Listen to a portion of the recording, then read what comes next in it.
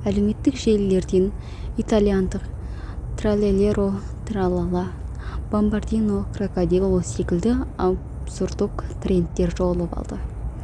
Мағынасыз мазмұнмен баланың миына мәңгілік сіңіп қалатындай ырғақпен әуендетіліп жасалған бұл кейіпкерлер сіздің балаңыз үшін не үшін қауіпті? Қазір айтатын боламыз. Тралалеро тралала мағынасы Алланы тікелей мағынада жаман кейіпке теңеу. Тіпті Алла шошқа деп жазуға да дәтім жетпейді менің. Бұл діни қорлау. Мұсылман баласы бұл сөздерді ырғақтап, қабылдап, қайталап жүр. Мақсаты баланы дінге қарсы қойып, діннен бездіру. Бомбардино крокодило.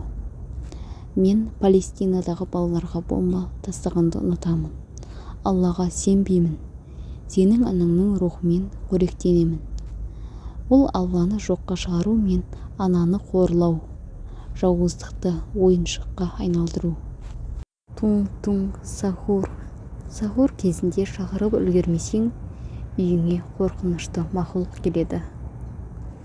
Арабша сухур сөзіне ұқсас, я? Қасиетті Рамазан айында ауыз бекітуге ниет еткен адамның тамақтану сәті біздіңше сәресі. Ол қазір әлеуметтік желіде үрейлі мақұлықпен байланыстырылған.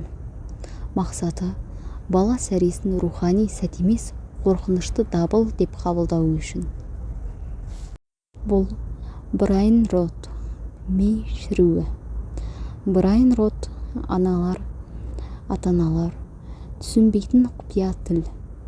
Әлеуметтік желіге өшірген мен смартфон балаңыздың қолында мәңгілік болады. Ал қашан болмасын ислам дінін жойғысы келетін, балаңыздың миын шірітіп, оны құрдымға жібергісі келетін жаулар табылады. Олардың мақсаты мұсылмандарды адастыру болса, сіздің мақсатыңыз мықты мұсылмандарды тәрбиелеу болсын. Құранды балаға үйретер болсақ, қандай болып өседі? Бірінші, құндылықтарға бай болады. Құран әділдік, сабыр, мейірім, ата-анаға құрмет, шүкіршілік сияқты асыл қасиеттерді үйретеді. Мұнда тәрбие бала өмірде дұрыс жолды таңдай біледі. Екінші, сабырлы, төзімді болады. Құран жаттау мен дұрыс оқу шыдамдылық пен табандылықты қажет етеді. Мұны бала ерте жастан бойына сіңірсе, өмірдегі қиындықтарға да төзімді болады.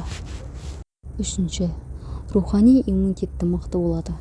Құранмен өскен баланың жүрегінде Аллаға деген махаббат пен жауапкершілік қалыптасады. Ол жаман нәрселерден бойын аулақ ұстап, әр намысын қорғай біледі. Төртінші, ойы терең, жүрегі жұмсақ болады. Құран ойлануға шақыратын кітап. Бала оның мағынасына үңіле отырып, терең ойлауға дағдыланады. Бұл оны көркем мінезді жанашыр тұлға етеді. Бесінші, жақсы мінезді болады.